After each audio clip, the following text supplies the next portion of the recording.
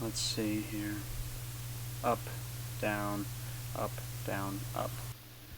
Welcome back, my pixelated friends. There is a slight disclaimer to this of, I did record for about another hour, yesterday, 2 days ago.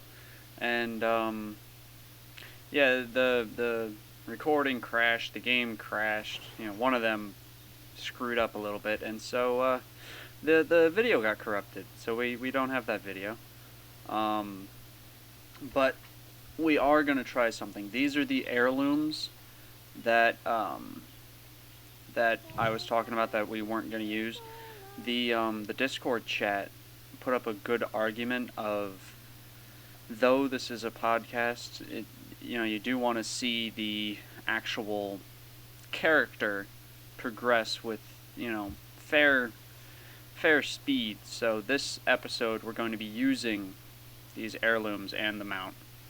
My little chauffeur mount here. Also, all the first episode I was calling him Crookshank. That is not his name. His name is Crookshack. There is no N. I don't know why I kept calling him that, but I did. So, yeah. We're still in Mulgore. All that's gone on is, came over here, killed some guys in the Ventrico mine, got some different animals. I gotta go over here and kill some harpies up here and rest some earthen spirits. But yeah, we'll see how this flows. And at the end, oh, we got another ability as well. We got an earth bind totem. We got our first totem. So this I placed down, and let's see how he got slowed. He's much slower than he was before. Let's see if he gets out of its range. And he picks up speed again. It's a pretty useful little totem, especially if you're healing or if you're off on your own. You can place that down and just give you a little bit of extra time before everything gets to you. Like I said, we're going to use them out and then we aren't. Alright, yeah, so we have a lost video. It's unfortunate, but, it happens. Alright, we've got two. What do we want to do first? Let's get these guys done. Now, with heirlooms, there is a big problem of I will be leveling much faster than anybody actually without heirlooms. At least during the duration of the episode. If you go off and play on your own, obviously you can level much faster because you'll be playing for a little bit longer. Because I try to only play this, well, I do only play this character whenever I'm recording. But I figured our topic for today would be virtual reality, because I am going to try to morph this into the podcast now. So virtual reality, well, we don't really have virtual reality yet. We have augmented reality, which is a little bit different. But it's things like the HTC Vive, the Oculus Rift, things of that nature. Now, I personally want to get myself a much better computer and get them. Because if you already have the expensive part about the virtual reality is the setup, is the actual computer. The machine, the machines that the HTC Vive even uses aren't actually all that expensive. I think they're, for their largest setup and the playmats and everything, I think it's $800, maybe. Probably a lot cheaper than that, probably $500. I'll have something on the screen right in the center here that actually has the price, and probably calling me a little bit of an idiot for not looking it up before I said anything. But it's not all that expensive comparatively to the computer that you'd end up needing. You need a very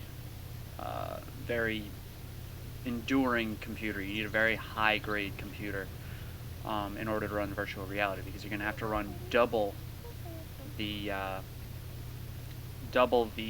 video at least, and if you're recording as well, you have to run triple because it also has to go onto the monitor. So if you're trying to do VR for YouTube, you really got to keep that in mind. You got to have a pretty pretty enduring setup. I am looking into buying a nice computer anyway. I won't be... Little thing I saw here in post, you can't actually read any of this. It's far too small, and the letters kind of run together. I won't be reading the beginning quests anymore, because it's going to be a lot of repetitive stuff and little things.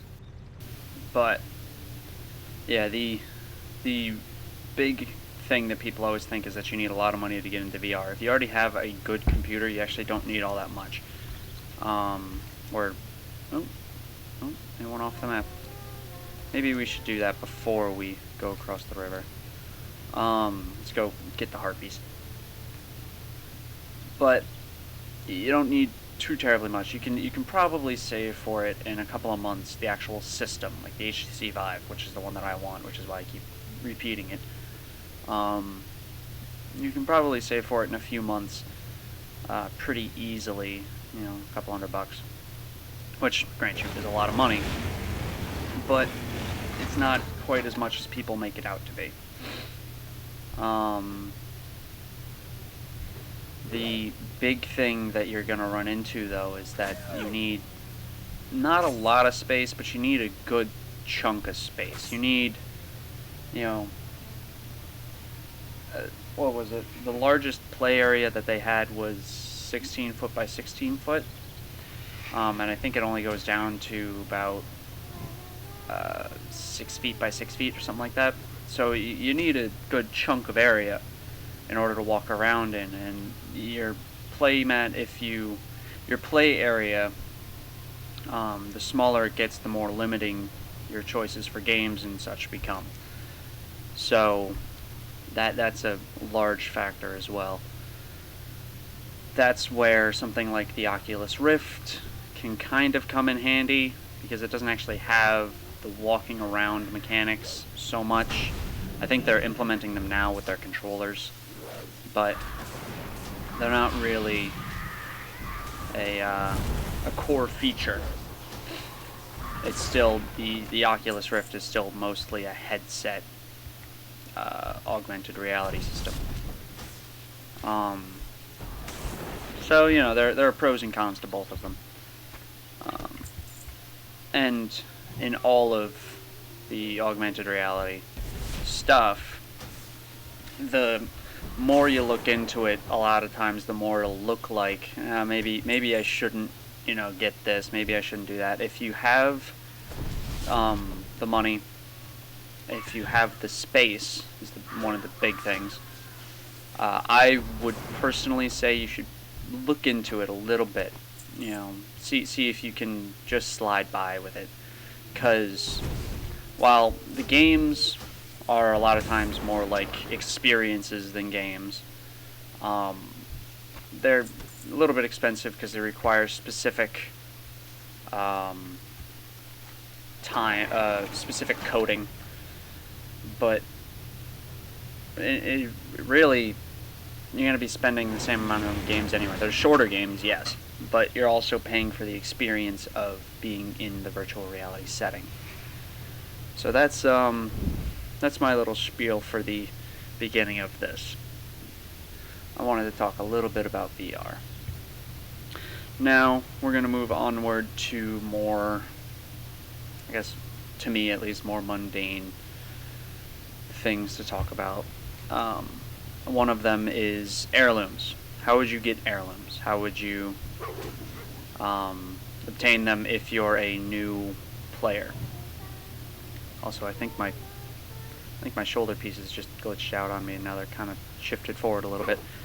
But how would you get into getting these if you're a new player?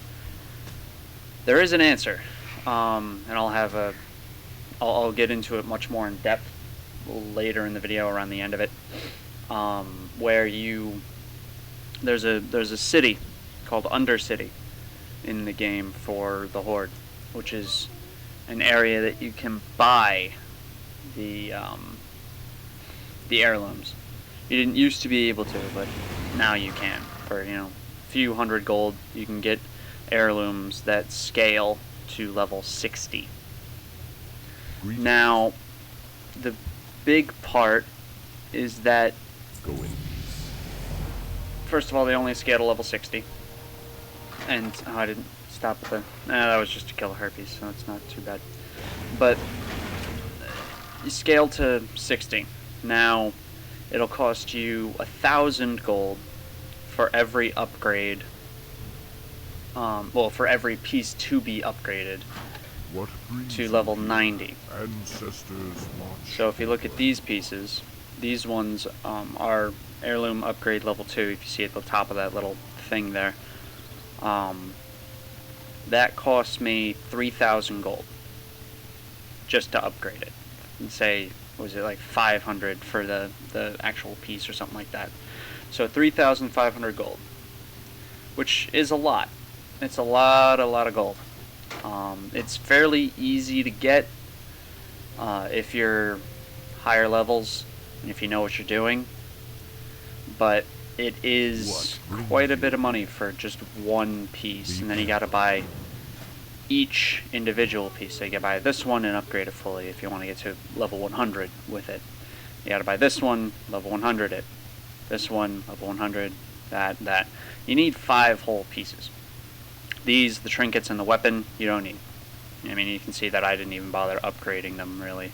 I upgraded the trinket, but the pants, the chest, the back, shoulders, and head. Those are the ones that you need for experience, anyway. To get this mount, I think you need like 15 heirlooms or something. Well met. A lot of money, but not nearly as much as it could be. At the end, I'll show you what I mean. For now, I'll just explain. If you are, I think he wants us to fly to Thunderbluff. Yes. But if you go in and you need to buy them, you know you like the game, you've already tried it, you've done the level 1 to 20 free trial, you know, on 1 or 2 characters, and you go, you know what, I like this game, I like the way that it flows, I want to really get into it, and I want to see what's going on. Legion, the expansion that we're in right now, they added a free trial of a level 100 or level 110, where you can go in and go, oh, I want to see how a max level paladin feels, I want to see how a demon hunter feels, I want to see how a, you know, those sorts of things. You can go in and see if you like it, see if you want to level 1. Also, when you buy Legion, and I'm guessing from now on when they make expansions, you get a near max level boost. I've been expecting you.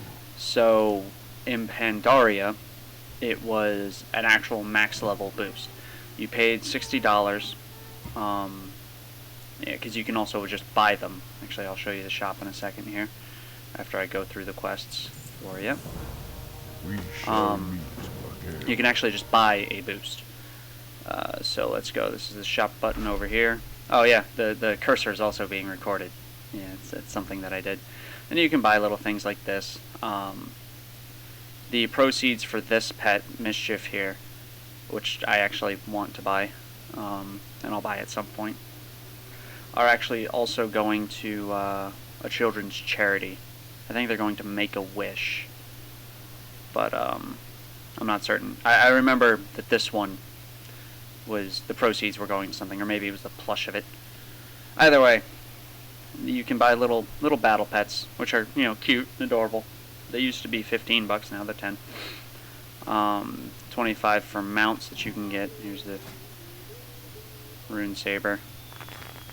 I have a few of them, like I have the Warforged Nightmare, which also comes with a little hitching post that you could, you know, put up, and it'll give a buff if you walk up to it and click on it.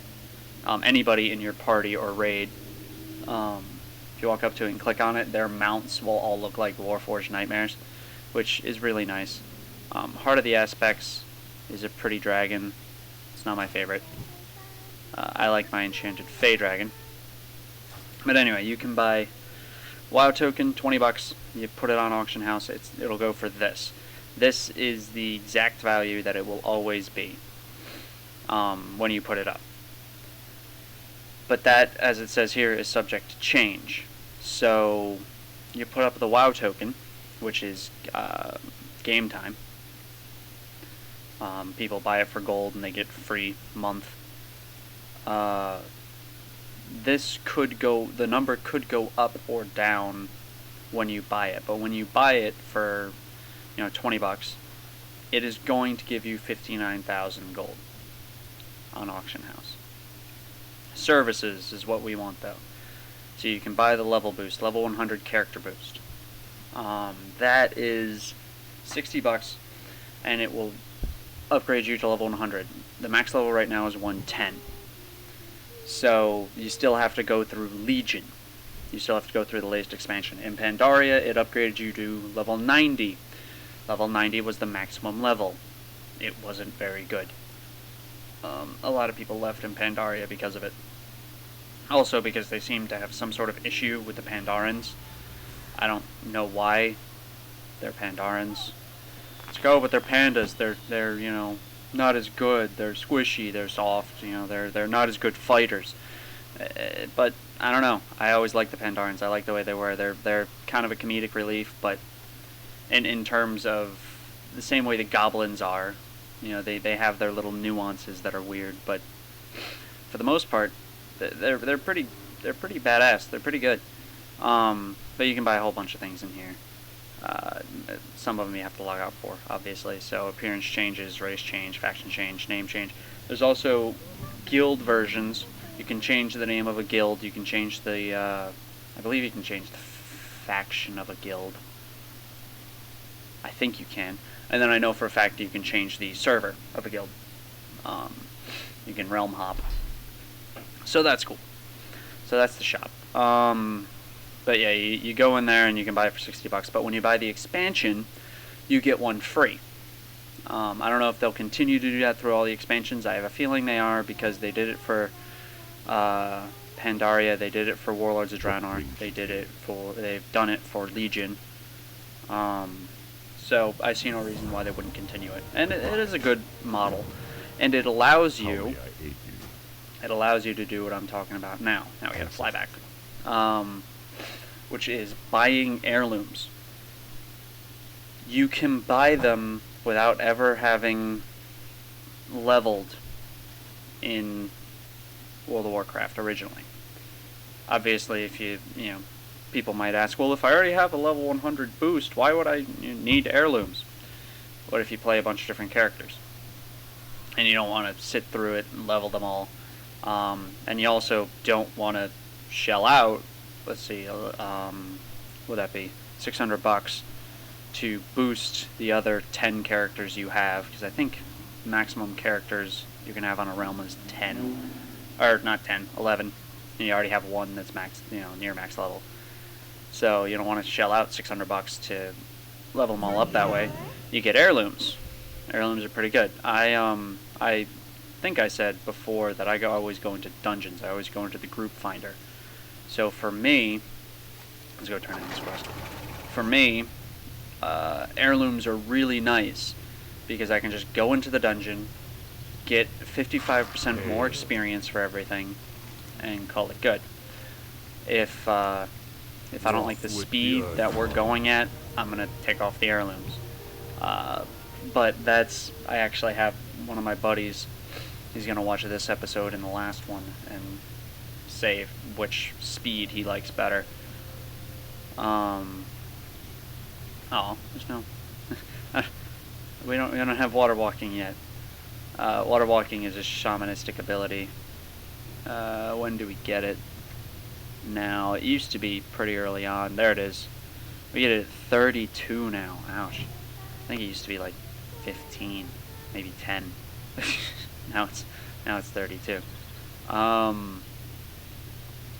lot of quests, especially if you have heirlooms, you don't actually need to do them. I miss my dog so much.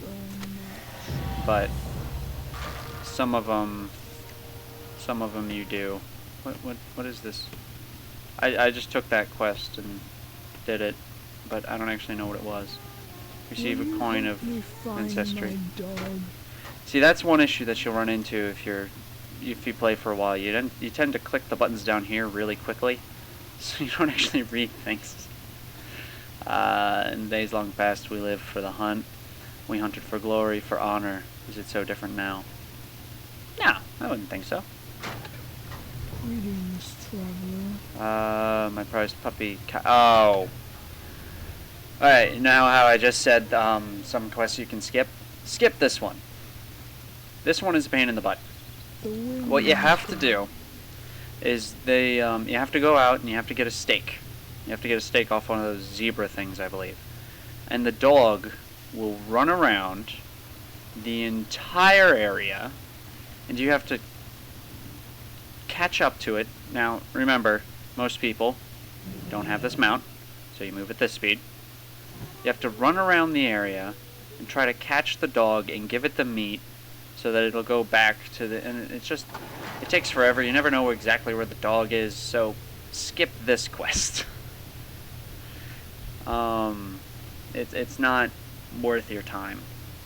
It is a little bit sad, the boy lost his dog, but it's not so bad. Like, for example, the restless earth spirits, which we should probably go calm down, because these ones, as you'll see, are not exactly the nicest earth spirits in the world. Yeah, I think you either got to get one of those plain strider steak or one of the zebras. It's one of the neutral guys, not one of the hostiles. What do we have to do? Flatland cougar femur. Oh yeah. We gotta get a femur too. If you're looking for flatland cougars, up and around here is not the place you should be. I know that it actually shows... Where is it? It shows this entire area. Realistically, the only place that you're going to really find them is around this area. Right in here. Right near that lake. Because they just don't spawn out here. It's not even a matter of people kill them. It's just they don't spawn out here. I mean, you look around, nobody's around me. Nobody's killing things. So, where are they all? They don't exist. And you see here, they've killed these people. They've killed these dwarves.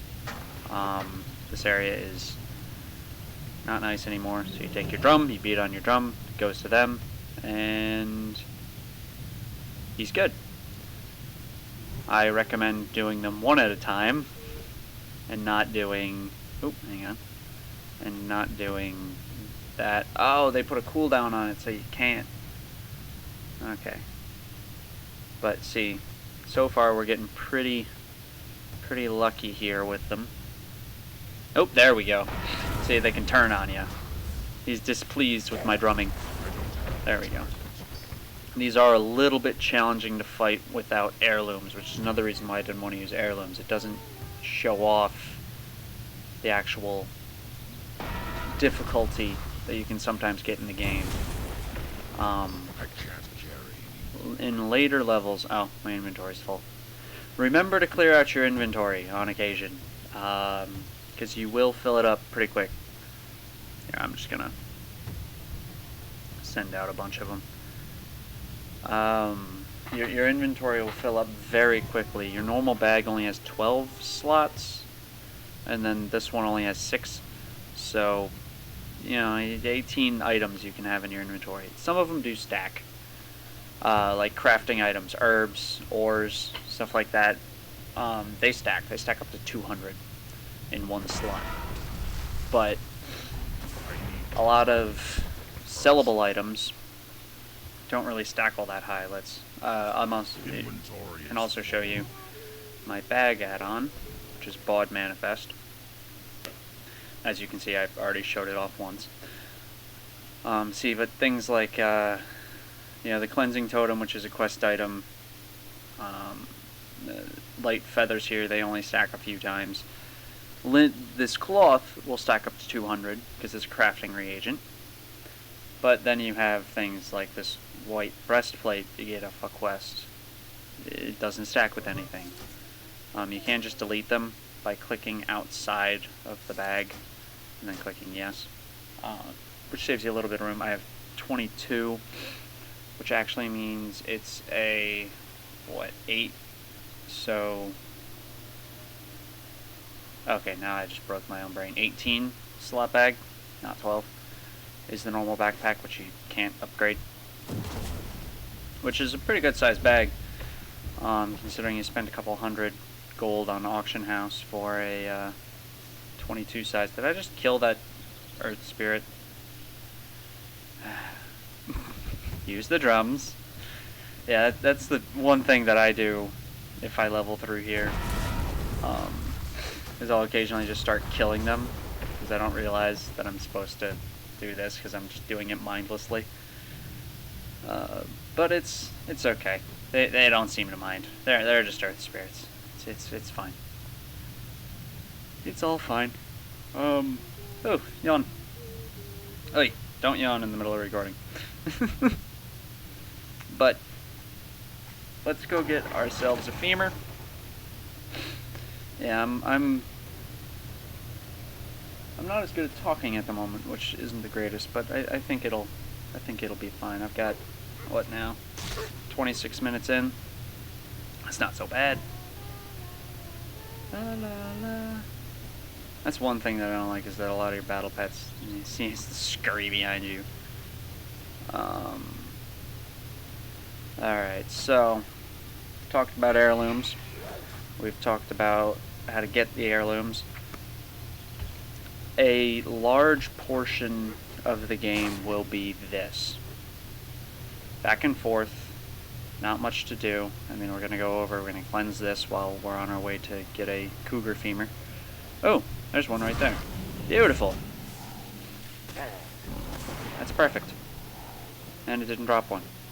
Because they are a drop chance. They're not a 100% chance to drop. You still have to figure it out, you know, go through, oh, this one have it? No. This one have it? No. This one have it? Yes. Yay! But I need 80 of them. That will happen. Which is why what I suggest is level one character through entirely with questing. After that, do dungeons. It'll be a lot more spammy. You know, you just go down here, you click group finder, then there's a little prompt that'll come up. You click, you know, look for a random dungeon. It'll find a dungeon for you. It'll say your dungeon has been found. You click join dungeon, it teleports you to the dungeon. You run the dungeon for other people. You repeat this process. If you have heirlooms, it levels you really quite quickly. If you're a tank or a healer, those queues are non-existent. You hit find dungeon and then it'll pop up. In saying that, the reason for that is that there's more DPS classes, there's more damage classes, there's more, you need more of them for dungeons. People like them more. There are a lot more classes that can't do tank at all. Where are we going? There he is. So something like a shaman here, I can choose out of 2 damage classes or a healer. So, you know, it is a little bit of a trade-off. You choose damage because they're a little bit easier to play, and you get a little bit of peace, friend. You are needed in bulk, but in saying that, now you have Farewell. you know, 30,000 damage guys, and you know, 30,000 damage guys. Let's say they're all doing dungeons. You now need 10,000 healers and 10,000 tanks, but you may only have, you know, 4,000. You may only have here, let's put that back up. You may only have I don't know, 5,000 healers or something. So the DPS is going to sit in queue for a lot longer. What do we got to do? Water vision consumed. Let's consume the vision water. Requires tribal fire. Well, let's go to the fire then. I think that's the tribal fire? Yeah. Which just looks like a teepee somebody decided to burn. Shame. Alright. Oh, and then this is gonna run us. Oh, shoot. Alright. Yep, and it's gonna jump over the water. Whee! We are a wolf. Yeah, you can totally see it against the blue background. There we go. We are a wolf. Very, very pretty wolf. There are hunter pets that look like this.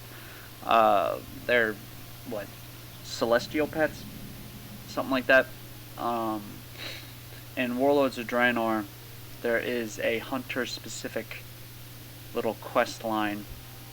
It's not really a quest line. It's more of a side thing where you can get a named celestial pet called Gara, who is a wolf spirit.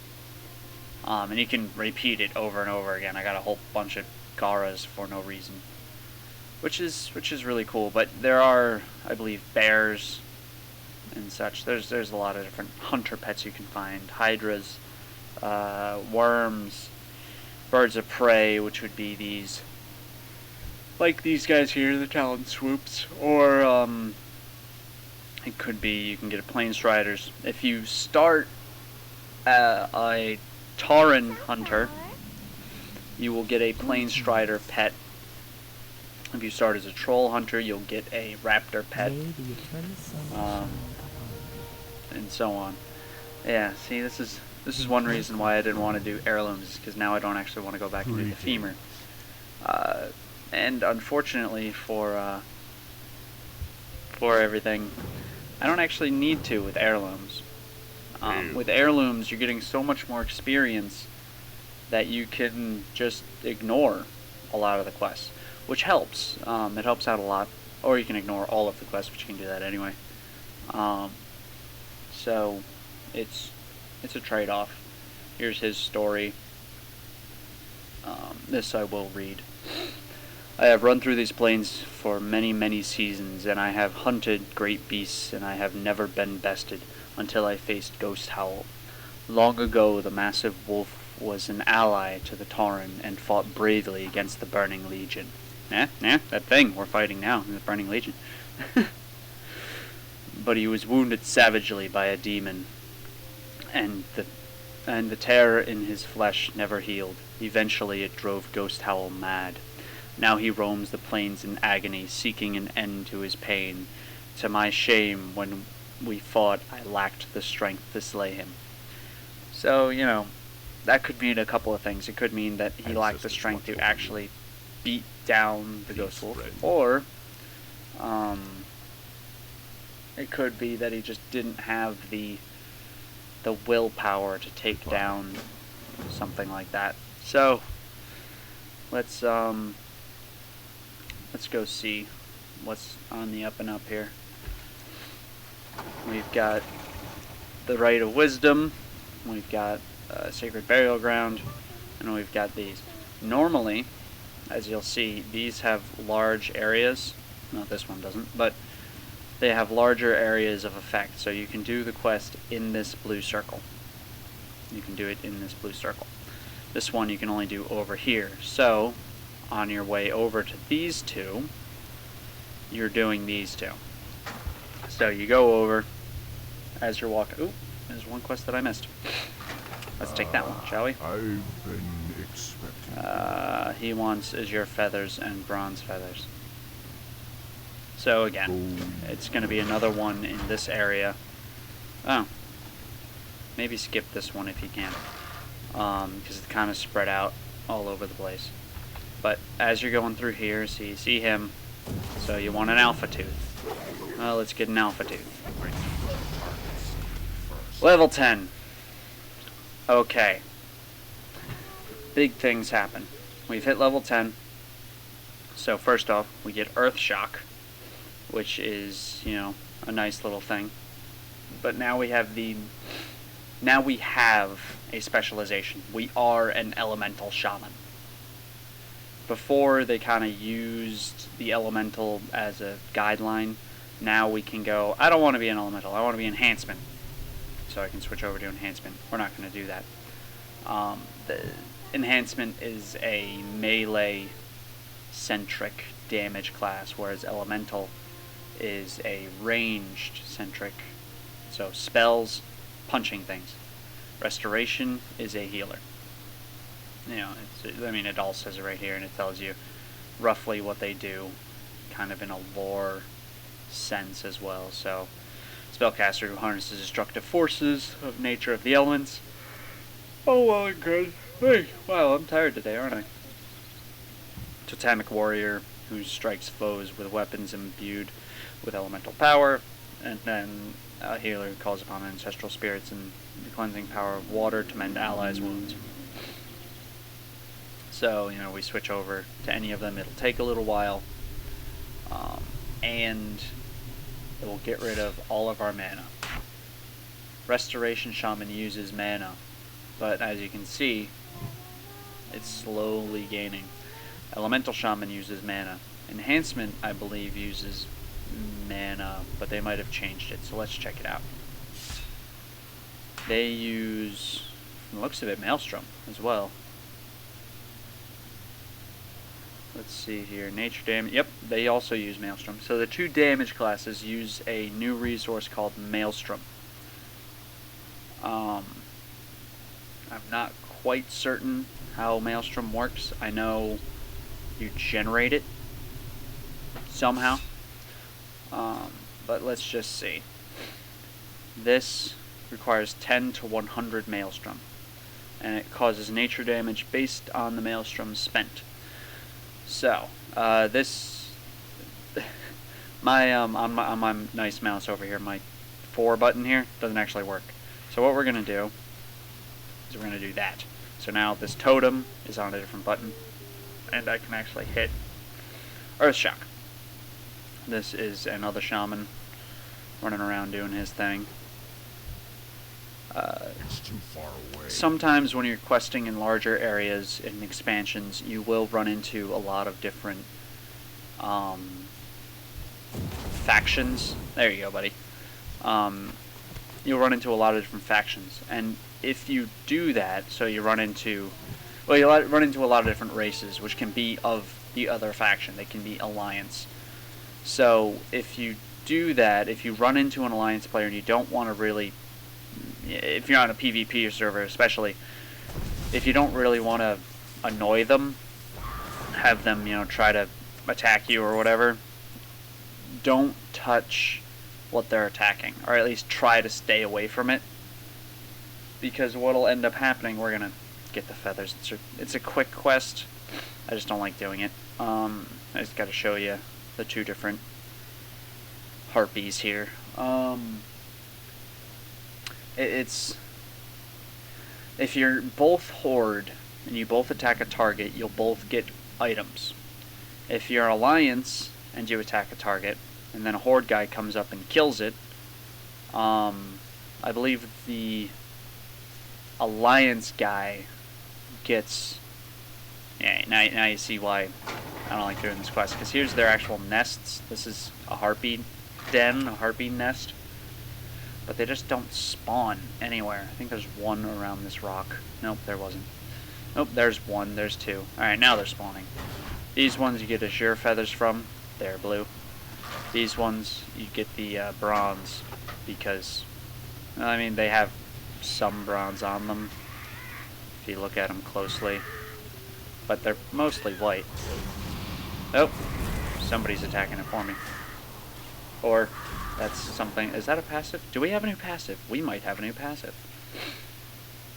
No. No.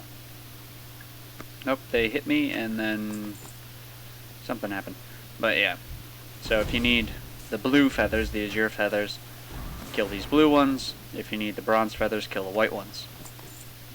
Because that's how logic is made. Alright, so this generates 8 Maelstrom. We're going to take off our gear for a second, because I want to see how Maelstrom works. So, let's take... That bag is full. Well then, delete all this stuff. I advise you sell it. Do not delete it.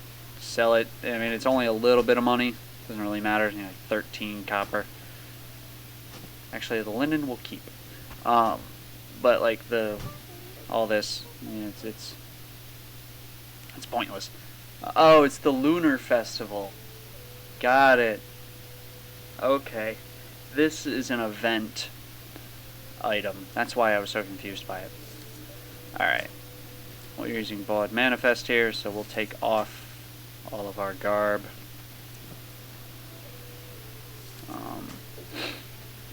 Just for the moment.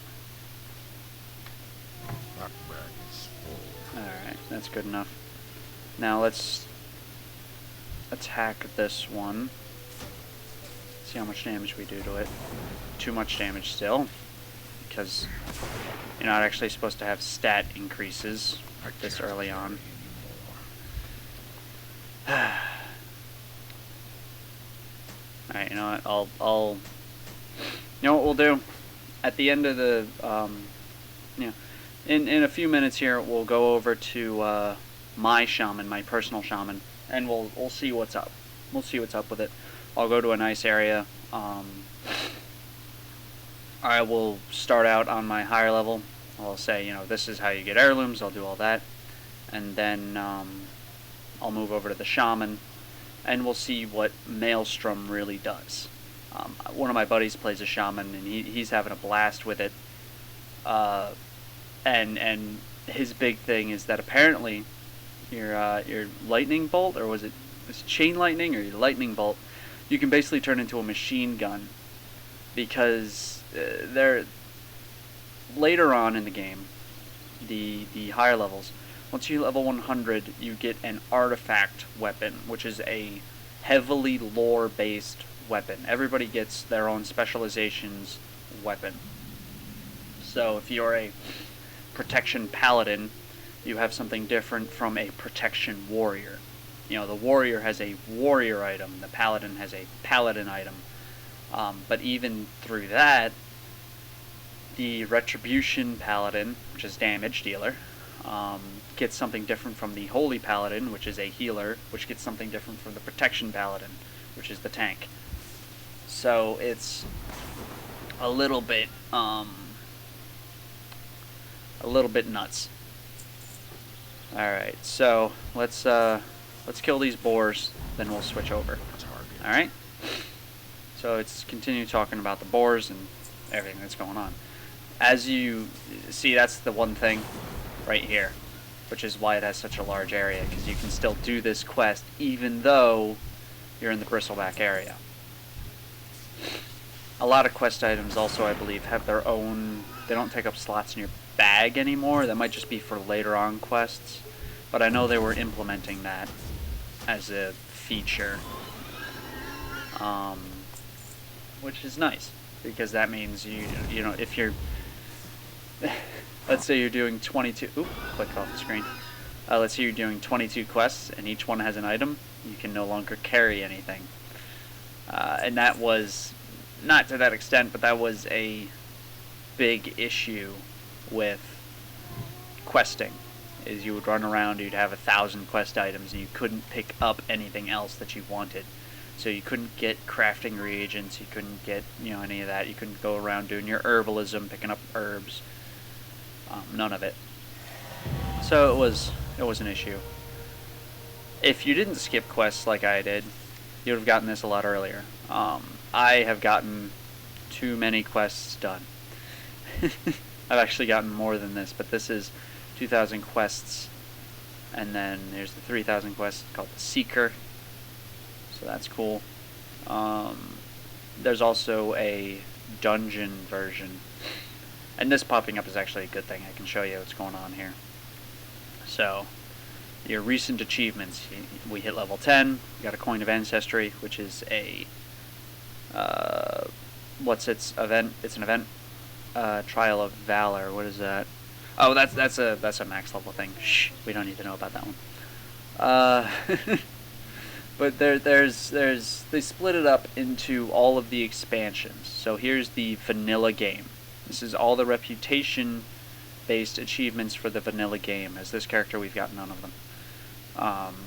The Burning Crusade, here's all those. This would be Outlands, that area. So, Classic is your basic, you know, here's Kalimdor, here's the Eastern Kingdoms, there's where you go. Here is our world. The Burning Crusade stuff is mostly, anyway, out here in the plane of existence that we're in. Azeroth, think of it as Earth. This is Old Earth. This is Old Earth now. Sort of. It's, well, here. This is where the orcs came from. And if you want to look into that lore, I recommend you do. It is fabulous. I might touch on it at some point in the future, but it is a fabulous little set. You know, dark portals, warlocks. Ooh, scary. It's cool. But Azeroth is its own thing. This is the old version, the put-together version of this one. Outlands, this is where the Burning Crusade was mostly held. You know, it's kind of broken apart. All this area you see out here, unlike on Azeroth where all of this is water, you see little ships and stuff. Over here, it's stars and a big tentacle monster. It's called the Twisting Nether, which is like limbo, I suppose you'd call it.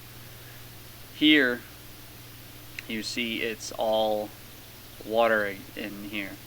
But this is after it got, you know, destroyed by demons and nastiness. So it's fun.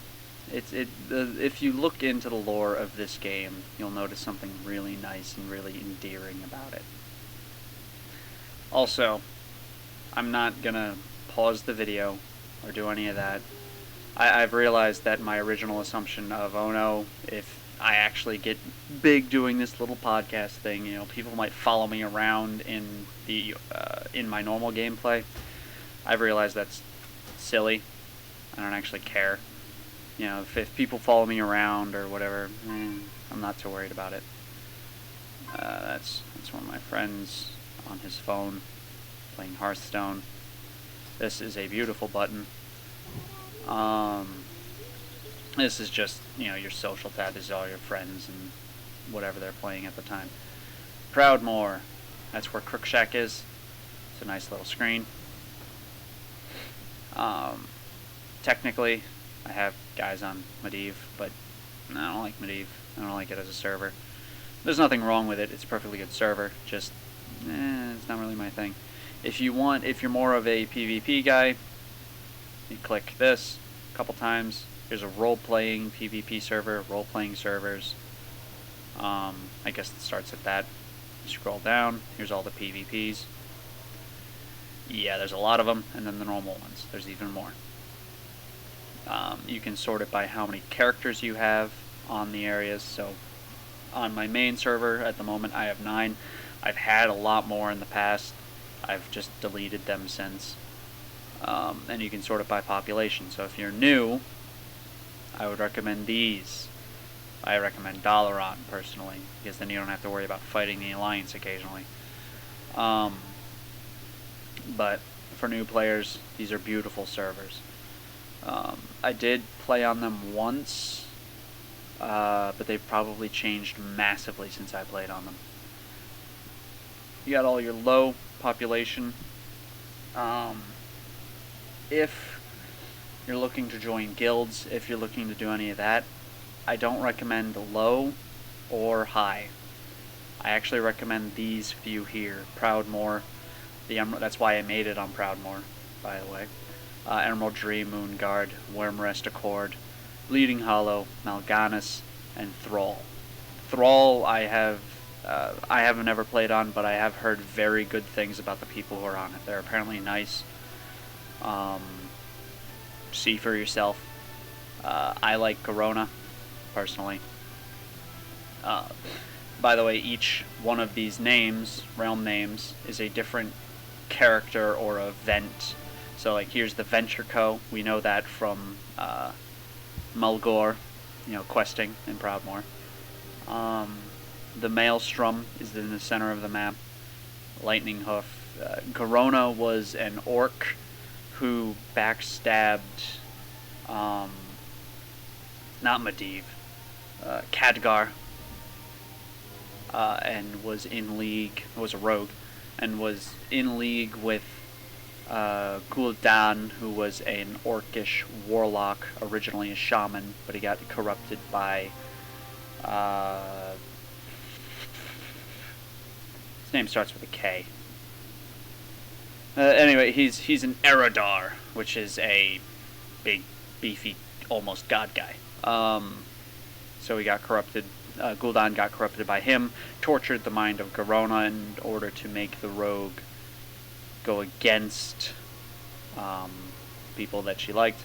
Medivh was a mage, an archmage of high order. He was a guardian, and he also got corrupted. There's a lot of corruption going on. But anyway, this is my server. These are my characters. So, first off, this is an actual boosted character of mine. This is the one that I boosted recently. This was a Legion boost. The rest of these are leveled. I mean, you can even see here that here's my shaman that we're gonna test out Maelstrom on. Pandaren. Pandarens are actually quite nice. They have really nice racial passives as well, which we'll get into. But anyway, let's show you how to get heirlooms first.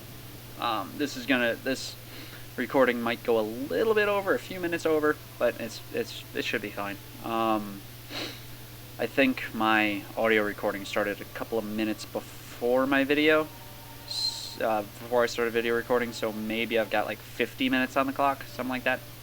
Oh no, here it is, I got 52. Okay, it's a good thing that I have both of them up, then I can see the exact times and whatever, but not the point. I think I have, 50 minutes. Yes, this is very pretty, but let's look straight down. Because while it's pretty and all, if I look around too much and walk around a little bit, there will be spoilers. And nobody likes spoilers. Alright, this is... we're going to do this. This is an ability that Death Knights have. I summon a Death Gate, and I go to my hold. It says Legion.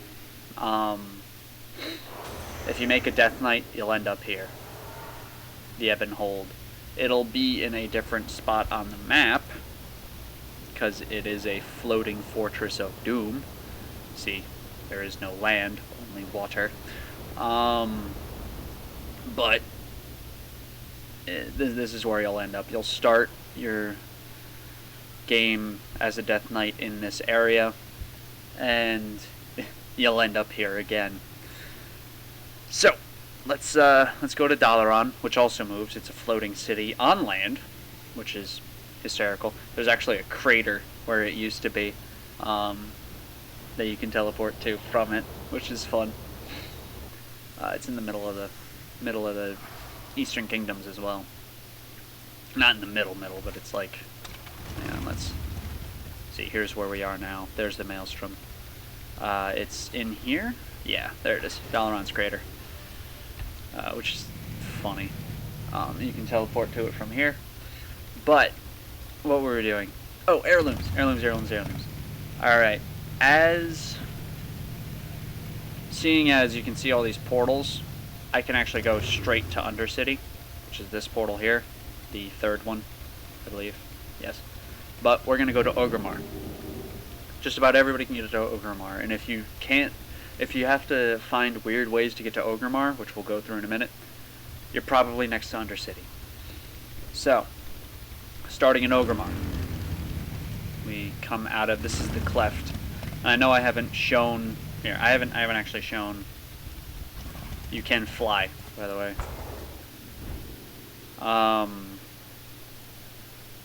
since I haven't actually shown Ogremar yet, let's get out of it.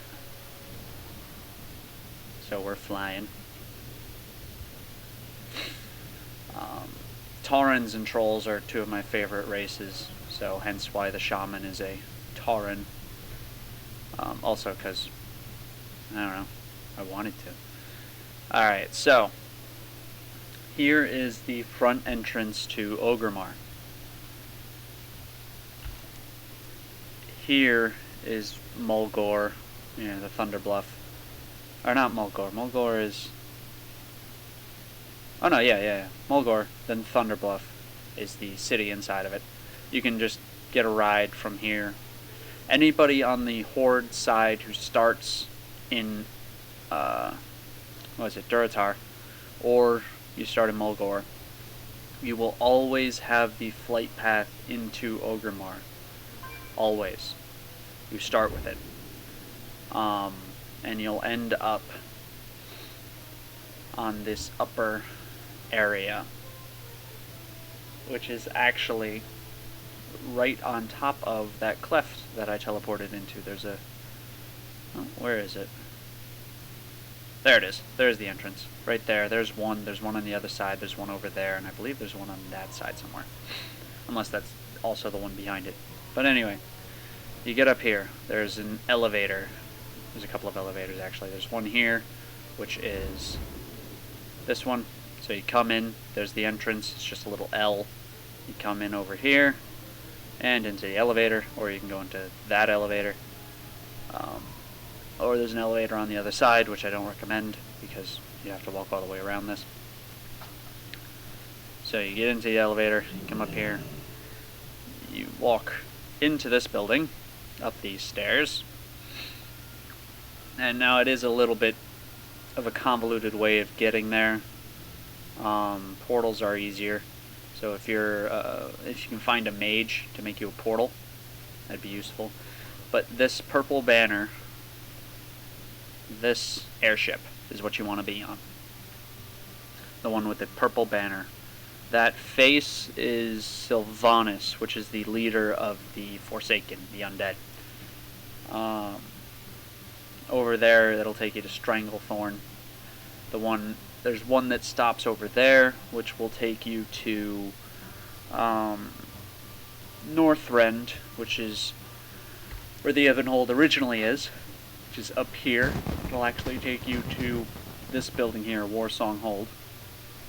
Is exactly where that one will take you. So we just wait here for this to move. Then we start moving. There are actually little vendors you can get a hold of in here. See, there's these little ones here. They can repair your armor, and you can buy little knickknacks from them. This one's food. This is Snack-O-Matic. This one's the Vendotron. Or Vendotron Deluxe, which means you can get all your crafting supplies and stuff out of it. And it's neat. He's doing something. I normally stand back here. So off we go. You can, in fact, survive very high drops. So dropping from this airship onto that big cleft before it stops, you can survive. Dropping off of the cleft down onto, next to the elevator there that I showed you, the first one, you can survive. And you'll actually get achievement for it. Here, though, it's a little bit far of a drop. So you wait, and if you're lazy like me, you don't wait anymore, and you get off, and you take a lot of damage. Oh, or you lag. Take damage from that. Were we just close enough to... Oh, learn something new every day. Okay. Now, people get lost in here a lot. I'm not sure why. It is fairly large, but this is Lordaeron. It was a human city. Now it's not.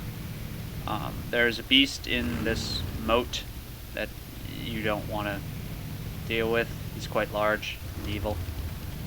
Come in, turn left, turn right, down the center. Ooh, here's another, yeah, Lunar Festival is going on. Go around the Lunar Festival, people. You can go on either side, and it'll just branch back in to a central room again. And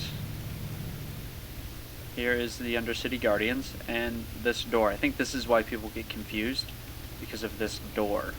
But it's an elevator. Oh, I guess they didn't want to be on the elevator. Alright. So this is the trade quarter of Undercity. Now it is fairly large. There's also a flight path you can take into it that leads through here. You can also fly through it yourself.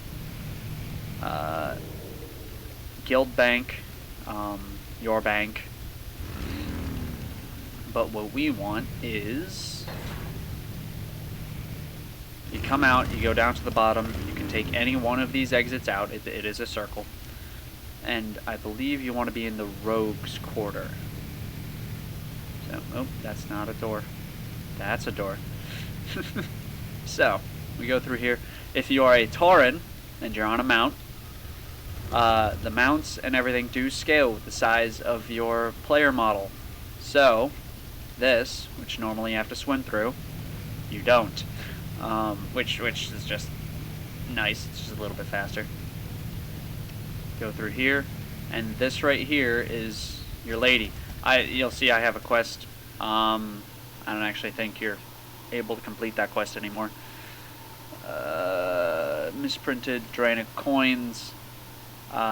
Completing random heroic Draenor dungeons, which I don't think I can queue for anymore. Here's the dungeons and raids. You would click, you know, in here. Oh, nope, I can't. Specific dungeons? No, I can only do Legion now. But you would click random dungeon. I think you'll only have two. One will be specific. One will be random such and such dungeon, or random dungeon. You click it. You click find group. You're queuing as DPS. Find group. It'll make a noise. See, we have an average wait of 26 minutes in normal play. Now, if we queue as a tank, we have an average wait of a minute, and we already have 3 DPS found. So it is a difference, and normally you don't wait for a minute either. Normally it's like 30 seconds. But you want to browse your goods. Here is the heirlooms, most of them. You would buy your shoulders.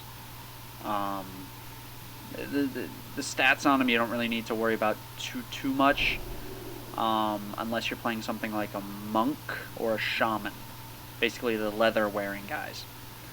Because as a cloth wearer, you only need intellect. There is not one cloth wearer that needs any other stat than intellect. So both shoulders are intellect. Leather, you have agility and intellect and agility and intellect. If you need intellect, buy one of these two. Both of them will do you just fine. I personally prefer haste. It's meant more for dungeoning, for player versus environment stuff, for healers, but meh. It doesn't really matter so much. Critical strike is more meant for player versus player. So same thing over here. But each one of these will cost you about 500. Then you start hitting weapons, which will cost you more. You hit, trinkets and stuff, which will all cost you 700. But you buy your shoulders, you buy your chest piece. I believe that's it. Yeah, you buy your shoulders, you buy your chest piece. Both of them will level to 60. There's 1,000 gold to level to 60. I believe at 20% a faster speed, which I'd say is viable for dungeoning, queuing up for dungeons. But actually, you can. I like that mount, but you can actually just fly in here. And I fly quite quickly, so may as well fly a little bit. These are auction houses. if we can actually see the people. There's a person. At each one of these doors, there's 2 auction house vendors, which is, the auction house is all player-based. All of it. Anything you see on there, a player put up there. So, let's see, is this the right one? Yes. You can do this part in... I'll show you the one in Ogremar as well. I'll go back there. But for the other pieces, you need a guild. You need a guild with some achievements and such done, like mine is. So here is the back piece, which is another 5%. And here is the helm, the headpiece, and then the pants. Alright, so you need a guild to get 3 pieces, and you don't need a guild for 2. Altogether, it'll cost you, I think each piece is 5,000, so it'll cost you 2,500 to level 60 at 55% increased speed, which is nice. For every, for every 10 experience you get in actuality 15 and a half, which is cool. And a lot of quests, as you get up, will actually be giving you thousands of experience, not, tens. So you'll get 1,550 instead of 1,000, which is quite nice. This is a random mount button. If you go in here, you go to mounts, summon random favorite mount. I decided to favorite all my mounts, except for the ones that can't be, because they're specific to certain things. So I click that button and it will give me a random mount out of almost my entire pool. If you can fly, I have a buddy that has a 2-seated mount. You can actually get in here much easier. Where is it? Let's look at the map. Alright, it's on the other side of this. You can get in and out of here much easier from a tube right up here. This is where the flight paths take you as well, through the sewers. So you go through here, and it's just a straight shot. There are little rooms branching off from it that are used in a quest, but you don't really need to bother with them. And now you're out right here. So this is the cave entrance to Undercity. If you're Forsaken, if you're, them, you will be starting in Death Knell. You'll be starting actually right here. You'll go down here, do a bunch of quests with some undead stuff. In here, you'll do things with spiders. Up here, you'll kill your first kind of like boss sort of a thing, quest boss guy. You come out, you go to Cold Hearth Manor. Actually, I think you start up over here doing all this stuff. There's some Murloc stuff over here and some Scarlet Hold things. And it's a nice little involved thing. And then your main hub will be Undercity. And so that's easy enough. If you're a Blood Elf, you will be starting in the Eversong Woods. In Silvermoon will be your technical main hub, which does have everything you need. It's just a little bit large, a little bit maze-like. Here's the Dead Scar, which is a nice little bit of lore, which I have re-looked up, and we'll get into next episode, because this one is dragging on a little bit long. We're about 8 minutes over now. Eesh. But here's a little thing. If you want to get over to... Oh, you can't do it while mounted. If you want to get over to the Blood Elf area and back. Blood Elves were introduced in the Burning Crusade. Ergo, the Burning Crusade loading thing. So, you got to be in the Sun Fury Spire, which is this area up here. It's a little bit of a pain, but I trust all of you to be able to navigate through the entrance, in and around, all the way up.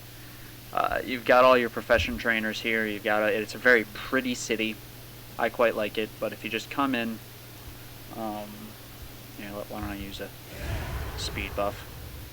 You just come in, Go around. You don't need to pay attention to anybody.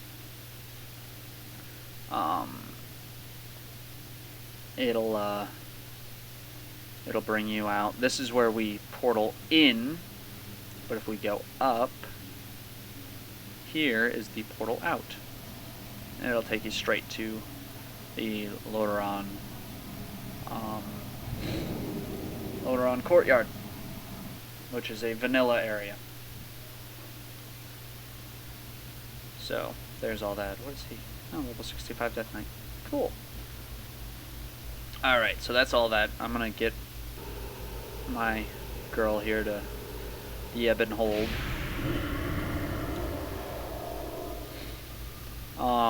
I'll get into all the different classes and all that later on, maybe in a different series. Log out. This is a rested area. That's considered a town, so it's instant. My hunter, he's real nice. But where is? There he is. There she is. Little shaman. I don't even remember where she is, so we might need to go find. Yeah, we need to go find a. We need to go to Pandaria. Can she fly? I think she can. Yeah, she can fly. Very slowly, but she can fly. So, I forget how to get to Pandaria.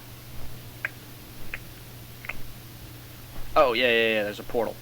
There's a portal to Pandaria. Oh, before I forget, because I almost did, if you are looking for a guild vendor in Orgrimmar, they are on this side, all the guild stuff. If you want to create a guild, if you're already in a guild and you need the guild vendor, here is the guild vendor. I can't buy anything for the guild because you need a higher reputation with your guild. This is my guild, so you need a higher reputation with them. Even though this is my character and I'm the leader of the guild, I am the guild master. Each separate character is registered as a separate person. So, you know, you need to get reputation up with the guild before you can start buying things from the guild vendor. And no, though it would make sense, the gold that you spend on the guild vendor does not in fact go to the guild. It's just gone. It's like buying anything from any NPC. So, it's a shame. Has she never been to Pandaria? Huh. Now I gotta think of something. Gotta think. Oh, I can use a training dummy. There we go. Though it's not the greatest thing in the world, I can use it. Because they are all actually technically much higher levels than me. You see the little skull, like I was talking about in the first episode.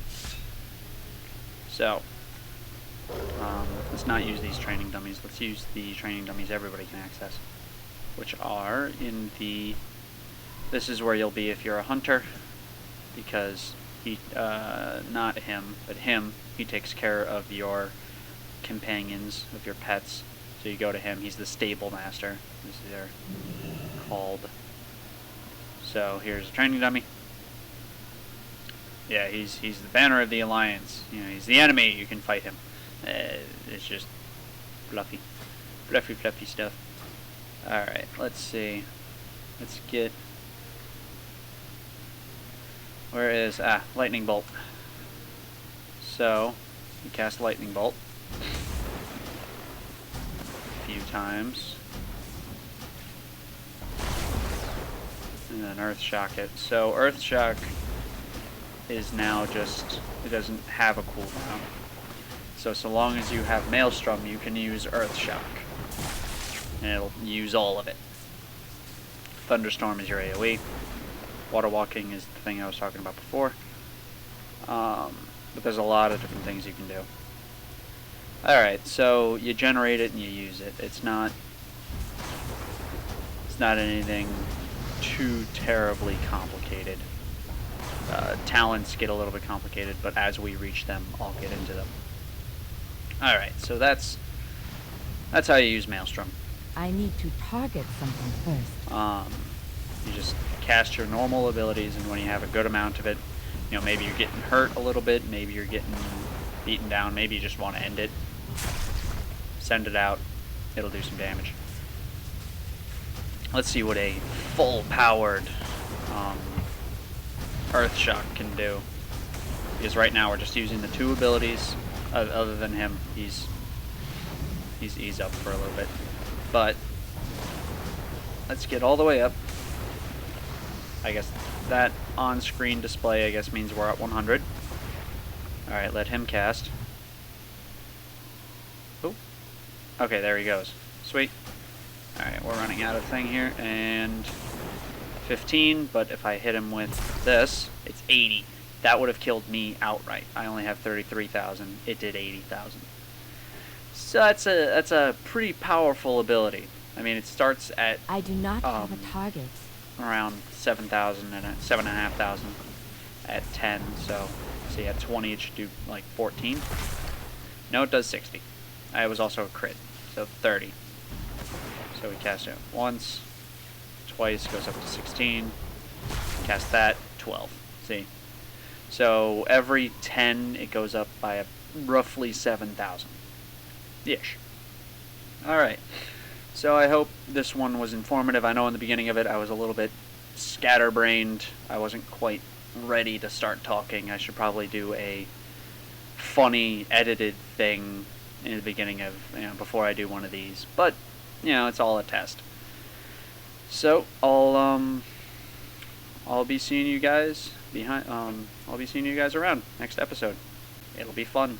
You should join me.